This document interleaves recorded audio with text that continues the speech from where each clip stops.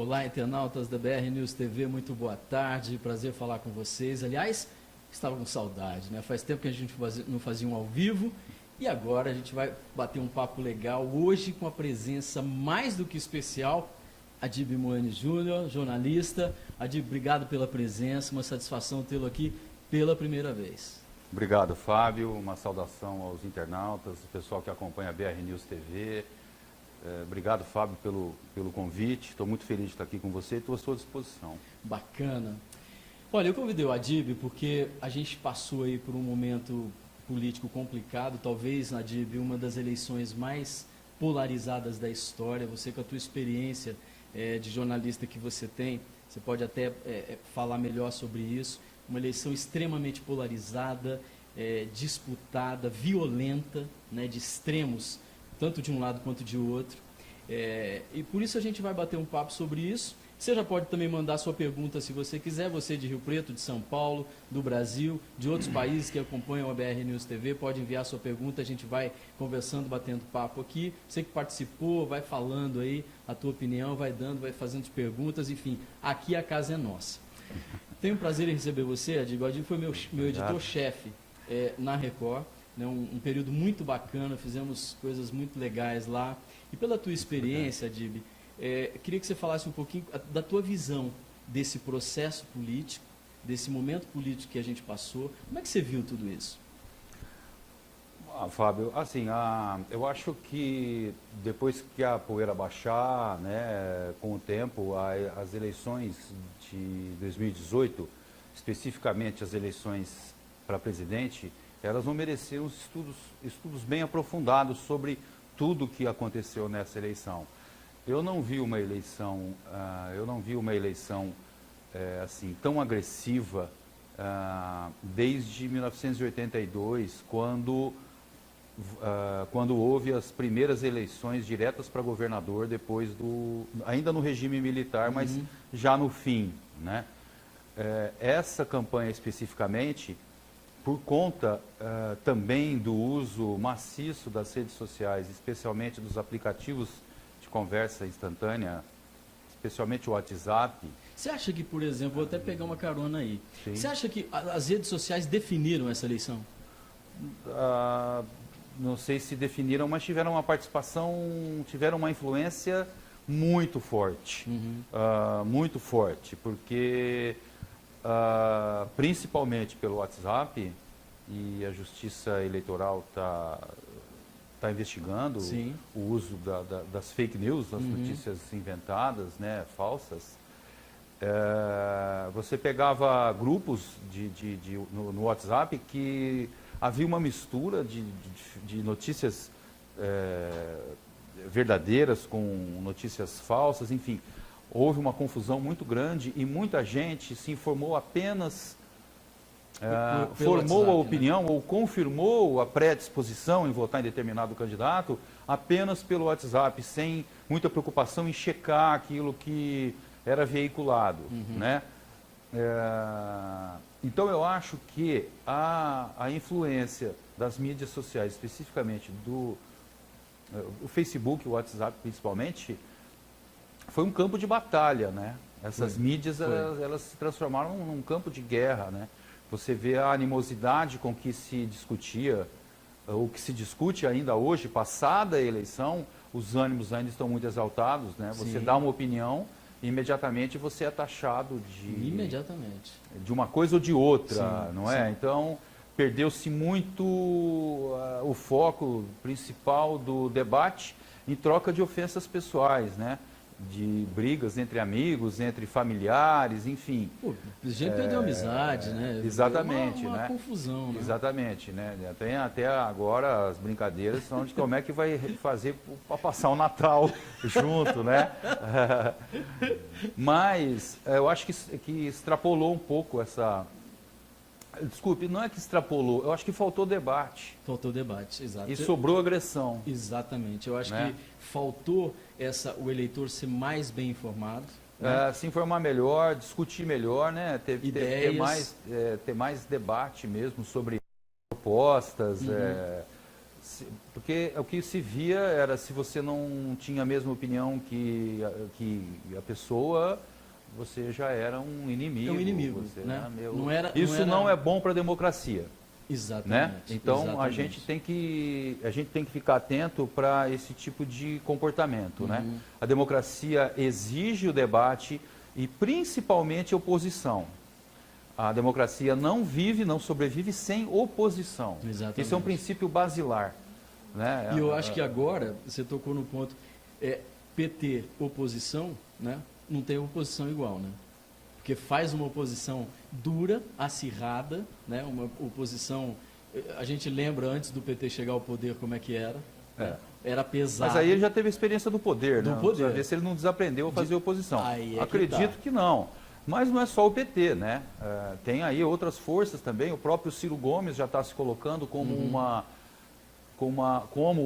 opção de oposição, ocupando o campo que possivelmente será deixado pelo PSDB, né?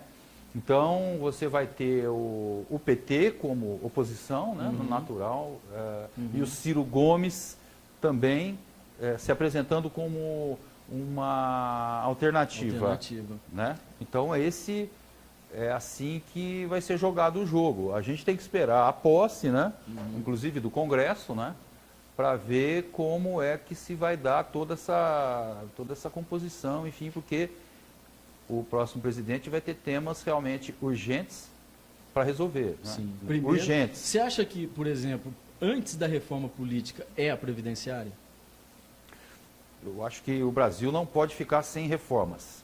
Política, tributária, principalmente a política, né? A reforma da Previdência, eu acho que ela precisa ser amplamente debatida com a sociedade para ver, principalmente a questão da idade mínima, né? As bases, né? As bases, né, da Previdência. Me parece realmente que não dá para ficar do jeito que está. A Previdência vai ter que passar por uma reforma, mas precisa ver o tamanho dessa reforma e o impacto que ela vai ter na vida do trabalhador comum. A reforma ela tem que abranger todo mundo. Exatamente, né? não pode ficar ninguém de fora. Né? Não pode ficar ninguém de fora, porque todo mundo vai ter que pagar o preço, né? Por exemplo, então que seja todo mundo. Né? Você acha legal equiparar o trabalhador, o servidor público com o privado? Que já está se cogitando também nessa reforma. É uma alternativa, é uma possibilidade, você incluir os militares também, não é? Eu acho que tudo isso tem que ser muito bem debatido, abertamente, para se chegar a um modelo que vai ser duro, naturalmente vai ser, mas que seja justo. Exatamente. Você não pode penalizar mais ainda o trabalhador. Perder direitos, né? Perder direitos. Eu acho que a grande preocupação, vai ser necessária uma grande vigilância em relação ao comportamento do governo no que se refere a direitos. A direitos, né? Direitos civis, a direitos adquiridos, enfim. Porque no mais é um governo assumidamente de direita. Sim. Isso aí o Bolsonaro, o presidente eleito, sempre deixou claro. O próprio Paulo Guedes, que vai ser o ministro da Economia, já deu as diretrizes de como vai ser isso, como vai ser a atuação, privatização, enfim, é uma visão econômica de poder. Eles ganharam a eleição. O que me chama mais atenção é em relação à perda de direitos. Isso é preocupante. Isso preocupa e eu acho que a sociedade tem que estar mobilizada e vigilante em relação a isso. Por isso que eu acho que tem que ter um amplo debate, eu acho que você tocou num ponto importante, tem que ser muito bem debatido. E mais ainda do que isso, enquanto se debate isso, pensar isso também na reforma política. Fundamental.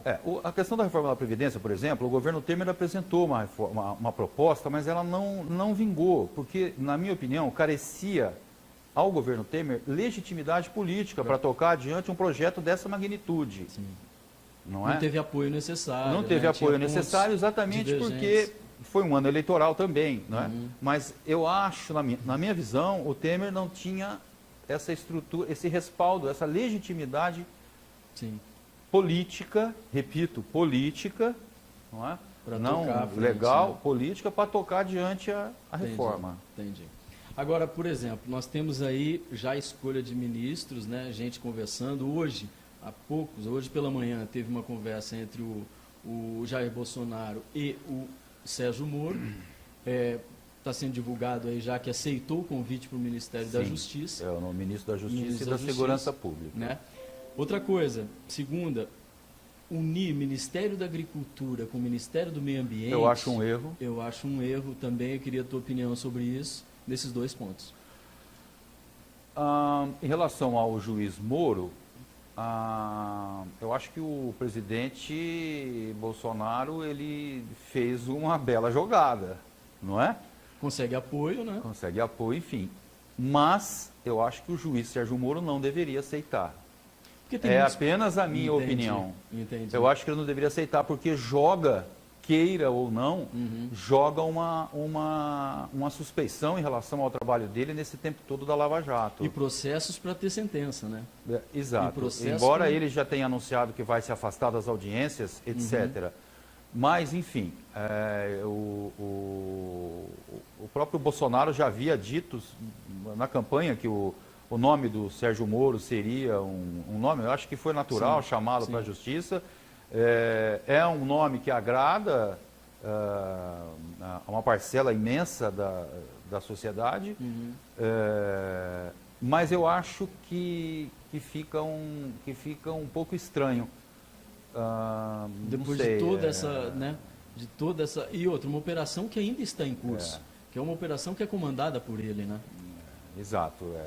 Então eu acho que tem pontos aí para se discutir. Mas a gente, enfim, mas igual eu escrevi no Facebook, uma cacofonia em tempos alucinados, né? Uma mão lava a outra, a jato. A jato, né? Então eu acho que é bem por aí. Agora, com relação ao Ministério da Agricultura e o Ministério do Meio Ambiente, são interesses que se chocam. Veja, não são interesses que se chocam. Eu acho que é um risco que o Brasil vai correr perante a comunidade internacional, porque o meio ambiente hoje está na ordem do dia mundial. Os países mais desenvolvidos do mundo colocam o meio ambiente como prioridade, inclusive na comercialização de produtos. Então eu acho que isso vai ter reflexos muito negativos para o Brasil lá fora. Entendi. E também aqui dentro, porque é uma ameaça. É uma ameaça, principalmente no que se refere a desmatamento. Preservação, né? A preservação, desmatamento, licenças ambientais, etc. A minha opinião é que foi um retrocesso. Outro ponto importante também, conseguirá Bolsonaro promover essa combate à corrupção que ele diz, aprovação de não vai negociar, né? Vai ser uma coisa meio que... a gente sabe como é que funciona, e ele como ninguém... 28 anos de parlamentar, sabe como é que funciona a Câmara, né? Como é que toca o andar da carruagem. Você acha que ele vai conseguir, num curto espaço de tempo, implementar essas reformas necessárias e inadiáveis que a gente precisa? E como é que ele vai promover isso? Né? Até pela experiência do Bolsonaro no Congresso, você percebe que ele está negociando diretamente com bancadas, separadamente. Ele está... se não deixando de lado, mas ele está ignorando os partidos. Ele vai direto conversar com as bancadas. Já conversou com a bancada da bala, da Bíblia, né? Isso. Enfim, ele vai negociar, né? Ele vai negociar diretamente com as bancadas. É um jeito é o jeito dele lidar com. E a determinação vai ser de cima para baixo também dos partidos. Ele foi eleito com 10 milhões de votos de diferença em relação ao segundo colocado. Ele assume com força política. O partido dele, que praticamente não existia, é a segunda bancada da Câmara. 52 deputados, né? 52, o PSL. Fez muitos deputados estaduais, né? Então ele tem um apoio político para tocar adiante. Agora, a gente precisa esperar ele tomar posse para ver como é que ele vai encaminhar. Primeiramente, ele já anunciou que a primeira atitude dele vai ser fazer alterações no desarmamento, no Código de Desarmamento, do Estatuto do Desarmamento, né? E depois o Paulo Guedes também já anunciou uma pauta cheia de privatizações, etc. Isso. Vamos esperar a posse para ver como é que vai se dar essa negociação no Congresso. Eu acredito que ele consiga passar algumas coisas. Agora, repito, pode encontrar alguma dificuldade de uma oposição vigilante na questão de subtração ou redução de direitos, o que é possível ser feito. Né? Muita gente diz que mexer no 13º salário não pode. É possível, sim. É possível, né? É possível, via Congresso, é possível. Mas ele já se comprometeu, né, a fazer um governo democrático. E democracia, repito, exige você governar para todos. Para todos. Inclusive para quem não votou em você. Com debates, né? Debatendo Sim, ideias, debatendo sim. os pontos, Sim, expondo exatamente. tudo. Agora enfim, ele é o presidente de todo mundo. de todo mundo. Quem votou, quem não votou. Não é mais presidente de grupos de WhatsApp só. Exatamente. Outro ponto importante, Adib, que um recado das urnas também. Vamos falar agora mais regionalizado. Rio Preto, região, ficamos sem deputados, ficamos sem representantes, né? Tínhamos Bolsonaro, tínhamos Vaz de Lima, tínhamos aí e não foi reeleito ninguém, ou eleito, até os novos perderam espaço, ficamos sem representantes. A que você acha que se deve isso? Foi um desconhecimento, uma campanha que não faltou um ponto na campanha? Qual foi o recado das urnas? Nesse caso, o resultado da eleição para a representatividade política de Rio Preto foi trágico. Foi trágico, porque a cidade abriu mão de ter representatividade política na Assembleia Legislativa, por exemplo. A partir do ano que vem, Rio Preto não tem nenhum deputado estadual, né, de Rio Preto. Né? Há candidatos que foram eleitos pela região. Mas que não são ligados, não têm uma forte ligação com Rio Preto, né? Como o professor Bolsonaro, por exemplo, ou o Vaz de Lima, o João Paulo Rilo. Né? Pedro Roberto, que se candidatou. Eu estou dizendo os que tinham mandato. Okay. Então, assim, esses que tinham mandato, o eleitor poderia dizer, não, eu não quero mais nenhum deles, eu vou substituir. E você tinha em Rio Preto um leque de opções. Tinha. Não é? Tinha. Você tinha o vereador Pedro Roberto, o doutor Eleusis, o doutor Renato Pupo, o Edinho Filho, o filho do prefeito Edinho Araújo. Enfim, você tinha opções, mas não se elegeu nenhuma. Optou-se por não ter representatividade política. Eu acho que isso vai ter reflexos muito negativos. Rio Preto é uma cidade de 500 mil habitantes, capital regional, maior cidade da região noroeste do estado, uma das principais cidades do país. Não vai ter representação política na Assembleia e na Câmara Federal. Temos aqui o Mota, que foi deputado federal, que tem domicílio eleitoral de Rio Preto, mas que não tem também tanta ligação. Né? Pode ter a partir de agora.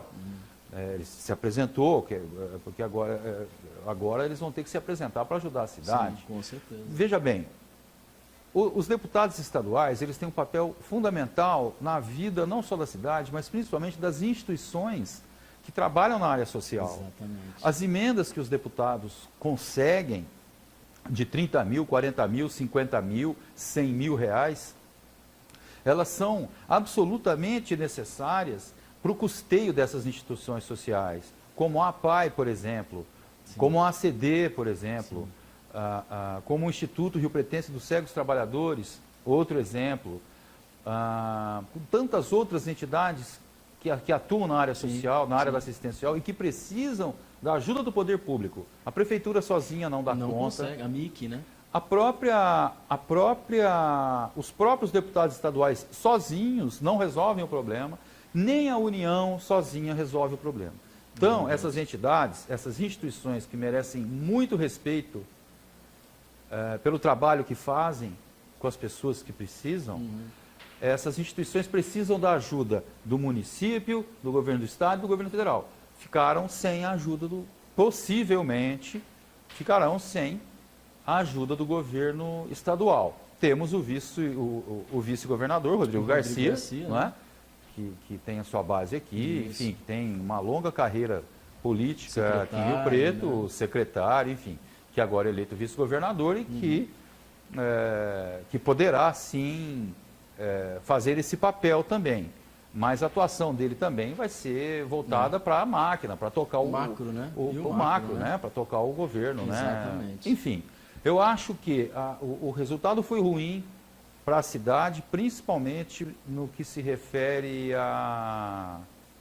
ao funcionamento das instituições sociais e representatividade política. Uma cidade desse tamanho ficar sem representação política no Parlamento Paulista, eu acho grave. Complicado. Vamos voltar um pouquinho para o macro agora e falar um pouquinho do Partido dos Trabalhadores, né? Uma derrota, foram aí 46 milhões de votos, né? Uma votação expressiva, porém não ganhou as eleições.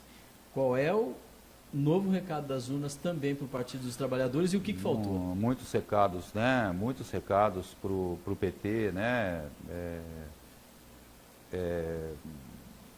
Assim, eu acho que o PT pecou, né? Por não ter feito uma autocrítica dos erros. Por que não foi feito isso? A autocrítica é uma coisa difícil, é uma coisa muito e foi pedido cara, isso, né? À esquerda, né? Mas o PT não se nega a fazer essa autocrítica. Eu acho que insistiu demais na candidatura do Lula. Todos sabíamos que o Lula não seria candidato.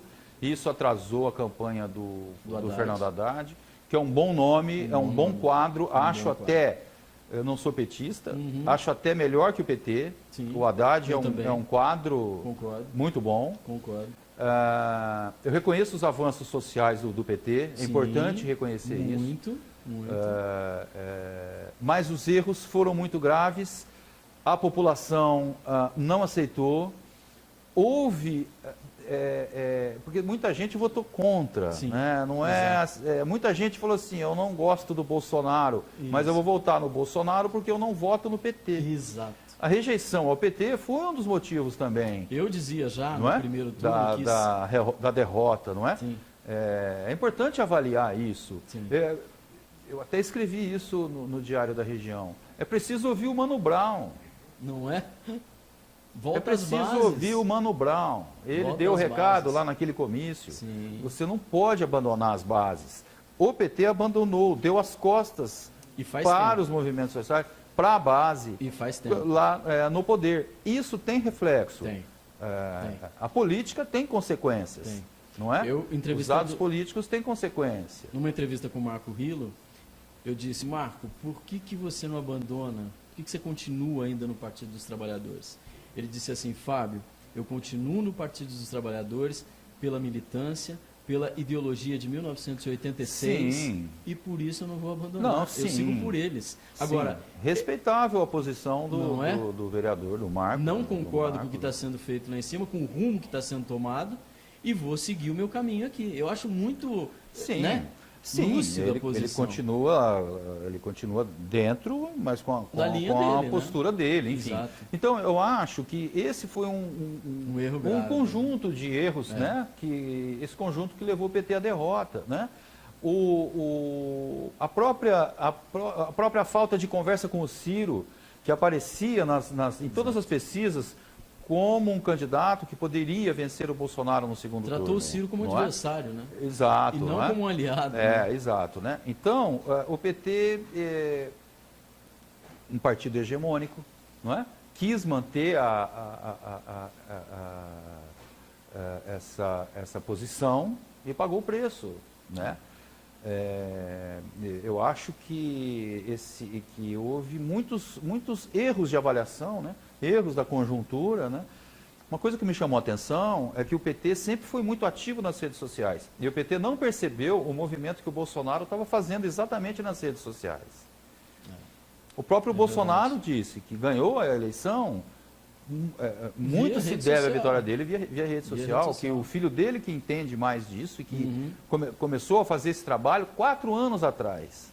Eu não estou falando das fake news, né? Que isso é caso de polícia. Sim. Não é? caso da justiça averiguar. Mas não é? começar a mostrar ali, né? Mas Fazer um trabalho. eles começaram com esse movimento já há 4 anos. Exato. E ninguém percebeu isso, né?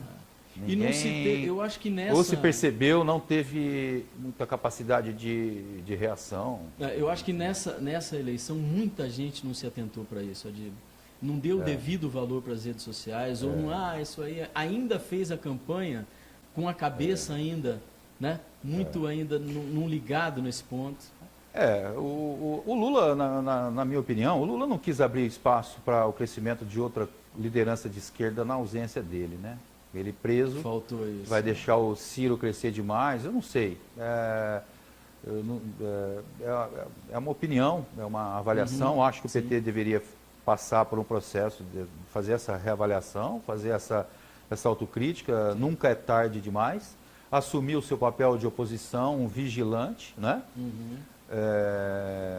Tendo o Ciro também como outro flanco de oposição, né? E tocar para frente. O Pepe Mujica, o ex-presidente do Uruguai, que falou uma coisa espetacular, né? Não se pode se sentir derrotado, você tem que... A luta continua, né? E foram eleitos 4 governadores. O Brasil continua. Vamos discutir o Brasil, né? O que tiver que ser denunciado, vai ser denunciado. A gente tem que...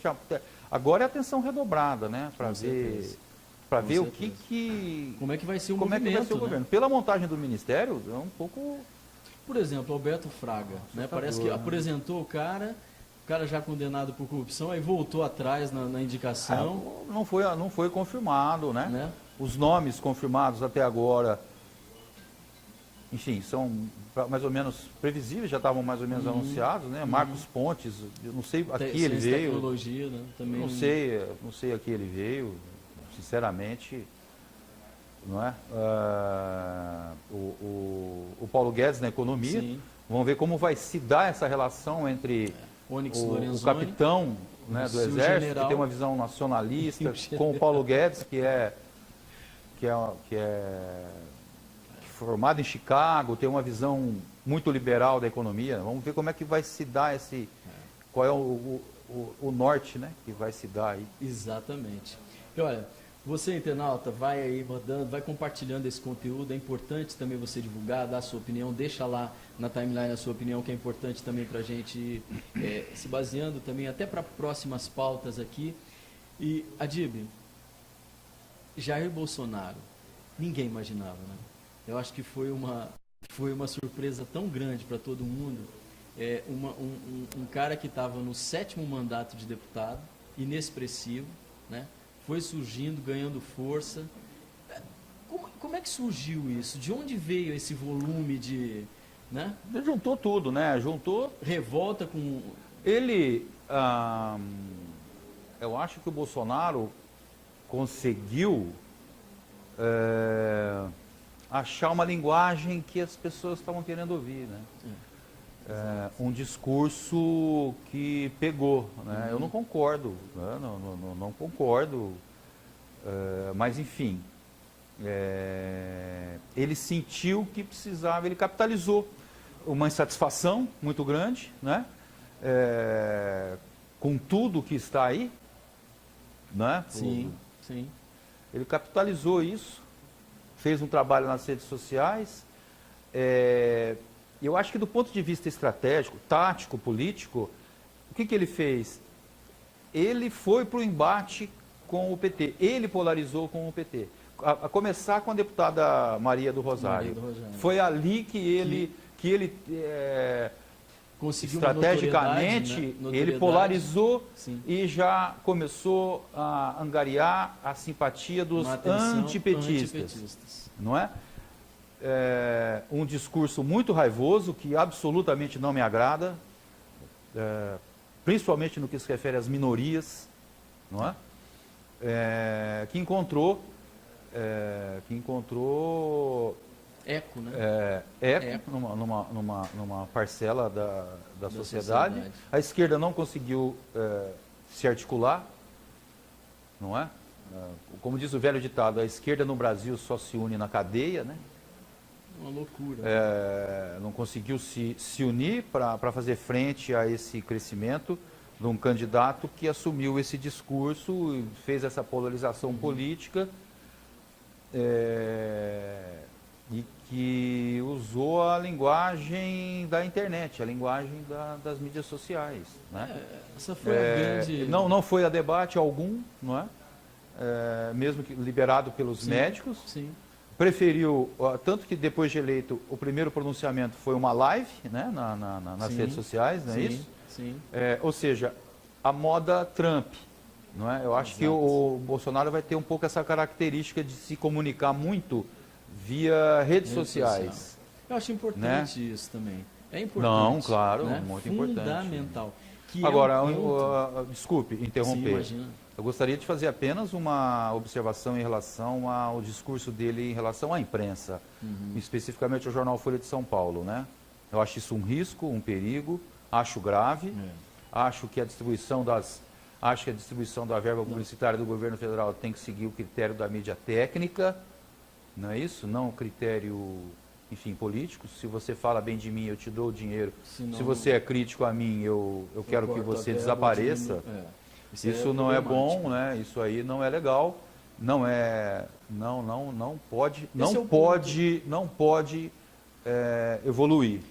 Você tocou num ponto importante, regulação da mídia. Se fala muito nisso, né? Já vem se falando. Mas depende tanto. do que é essa regulação da mídia. Eu, inicialmente, lá atrás, quando o PT propôs, eu, lá atrás, se não me engano, 2006, 2004, enfim, 2003. eu me posicionei contra, porque eu sinceramente não entendi qual é a proposta. Eu não entendi.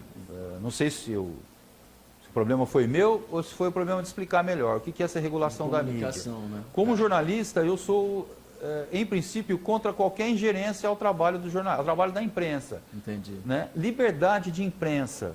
Liberdade de imprensa. Sem ela, a democracia não existe. E sem democracia, liberdade de imprensa também não existe. Uma não vive sem a outra. Outro ponto, já que estamos falando de liberdades. Agora, questiona-se também os professores, a deputada lá de Santa Catarina.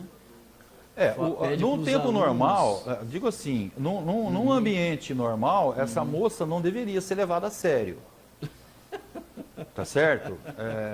Mas nós não estamos no momento normal. Então isso é muito perigoso. É muito perigoso. Como é que um absurdo, é uma violência. De história, de sociologia, de filosofia, como é que não se debate? Como é que não se discute? Então, como é que não entra no assunto? Então, eu acho isso muito perigoso, isso tem que ser denunciado gravemente, isso não pode prosperar. E teve eco por parte dele, né? A escola é um ambiente livre, a escola é um ambiente de ensinamentos, de debate, de educação, de aprendizado democrático. Sem isso não se forma cidadão, não se pode cercear o professor, não se pode cercear o jornalista, não se pode cercear o pensamento. É isso que é o mais importante nesse momento que o Brasil está passando. É muito importante que que fique registrado. A democracia, né? É um valor, a democracia tem que ser preservada. Tanto em governos de direita, em governos de esquerda. Senão não sobrevive. Não, senão a sociedade não sobrevive. Já tivemos um período triste da nossa história, foi o regime militar. Houve a redemocratização. O Brasil já tirou 2 presidentes por impeachment. Exato. Elegeu o Fernando Henrique, elegeu o Lula, elegeu a Dilma, tirou a Dilma. Pôs o Temer, agora elegeu pelo voto direto o Bolsonaro. Então a democracia tem que ser preservada. Exato. Principalmente pelo governo que está assumindo. Exatamente. Que na campanha teve um discurso ameaçador em relação à democracia. Eu espero, sinceramente, que seja apenas discurso de campanha. Que agora acabou a campanha. Exato. Agora é vida real. Vamos governar, né? Agora vamos governar para todos. Exato. Democraticamente. Isso é muito importante. Isso é fundamental para que o pensamento sobreviva. Quero fazer uma observação. Nós o Brasil elegeu um capitão e um general pelo voto direto, depois de termos tirado o regime militar. Elegemos democraticamente um capitão e um general da reserva. As Forças Armadas mudaram muito. Elas não são as Forças Armadas de 64. Exato. Pelo menos até hoje, até o momento, as Forças Armadas têm tido um comportamento de respeito à Constituição. Isso. E eu espero que continue sendo assim. Pelo menos os sinais dados até agora é de que as Forças Armadas continuarão tendo esse tipo de comportamento civilizado e coerente com os novos tempos. É o que todos nós É esperamos. o que todos né, nós Adílio? esperamos. E olha, para a gente terminar, a gente está falando de comunicação, liberdade de expressão, enfim, imprensa. O pai do Adílio foi um dos grandes comunicadores de São José do Rio Preto. Nós perdemos, ele foi para o andar de cima recentemente. Eu quero aqui fazer uma homenagem ao seu pai, Adílio Manos, que foi naquela época do rádio, né? O cara que foi precursor, que apresentava os eventos, numa época diferenciada, né, Adílio? O meu pai, ele fez tudo no rádio, né? Isso. Ele teve uma história no rádio e em jornal impresso, no jornalismo da cidade. Falo isso como profissional que sou, não é? Meu pai foi um grande profissional, foi um grande jornalista, teve uma formação intelectual espetacular, que ajudou muito na profissão dele. Foi animador de auditório, foi repórter, fantástico. foi narrador esportivo, Fantástico. foi Passou editorialista, por por todas as áreas. Todas. E teve atuação nos momentos históricos mais difíceis de Rio Preto, não é? Ele ficou no ar mais de 30 horas ininterruptas no velório do prefeito Andaló. É verdade. Ele foi o primeiro repórter a chegar na tragédia do Rio Turvo, quando perdemos 59 estudantes. E meu pai não gostava muito de falar disso, porque ele se emocionou demais naquele momento, que ele era o único repórter a transmitir para uma cidade enlutada, uma cidade que chorava. Grande, né? Ele transmitiu a notícia, os detalhes da investigação, os nomes, infelizmente, dos que morreram. E junto com o Paulo Serra Martins, o nosso querido amigo, foi fazer a inauguração de Brasília. Imagina você sair daqui naquela época, uma precariedade de equipamento, de dinheiro, de mobilidade. E eles foram para Brasília, fizeram a cobertura ao vivo da inauguração de Brasília. E o meu pai conseguiu uma entrevista exclusiva com o JK, com uma mensagem especial para Rio Preto. Fantástico. Não é? Então, o meu pai Eterna deixou gratidão. o nome. Eterna gratidão. Eterna gratidão. Eterna gratidão. E nos deixou o Adílio. Nos deixou o Adílio, que é um exemplo para mim de profissional. Imagina, muito obrigado, Fábio. Eu sou uma testemunha de como você cuidou do seu pai, né, até os últimos dias. Eu sou testemunha disso, do carinho, do amor. Com muito carinho e com muito amor. Isso. O meu pai me ensinou até na velhice. Meu pai me ensinou até o fim. Ele me ensinou muita coisa. Muito, até o fim. E cuidei dele com todo o amor, com todo o carinho que ele sempre mereceu e que eu pude dar. É maravilhoso. E deu um exemplo para mim, pessoalmente, que eu acompanhei de perto tudo isso. Muito obrigado. Como profissional, como ser humano, isso é uma coisa que me toca profundamente, você sabe disso. Muito obrigado. Por isso que eu faço questão de fazer essa homenagem a você, essa Muito homenagem obrigado. a ele, porque eu acho que é extremamente merecida, né, que sirva, Muito obrigado. seja referência sempre para todos nós que somos jornalistas da comunicação, sobretudo para São José do Rio Preto, para a comunicação de São José do Rio Preto. Não pode perder nunca Adílio Moanes e Adílio Moanes Júnior de Muito vista. obrigado, Fábio. Tá bom? Pelas Uma palavras, homenagem não sei como sincera agradecer. mesmo. É Muito obrigado de coração. Muito grato a por você você estar aqui. Imagina, estou à disposição, gostei muito. Um abraço a todos. Legal. Espero ter contribuído para uma conversa democrática. Isso que é importante. Não é? É isso que é Vamos importante. em frente. Vamos, na Bom, luta, sempre. Obrigado, Fabinho. Valeu, Adílio. Obrigado. Queridão, Sucesso para obrigado. vocês todos. Obrigado mesmo. Obrigado. BR News TV está sempre à tua disposição aí, internautas, Igualmente. obrigado mesmo. Deixe seu comentário aí, o que não deu para a gente chegar, eu vou passar para o Adílio, ele vai respondendo também. Fica ligado, compartilha esse conteúdo, porque é importante para a gente comunicar, né? Nós estamos num tempo que precisa se comunicar cada vez mais. Precisamos retomar o hábito da conversa. Né? Não é porque está Com todo calma, mundo... né? Às Com vezes calma. está todo mundo numa mesa, mas cada um num celular, né? Adílio? A próxima briga agora é para ver se vai ter uva passa na farofa do Natal, né? Mas essa vai ser... É isso aí. Valeu, gente. Obrigado. A gente se vê na próxima. Tchau. Até mais.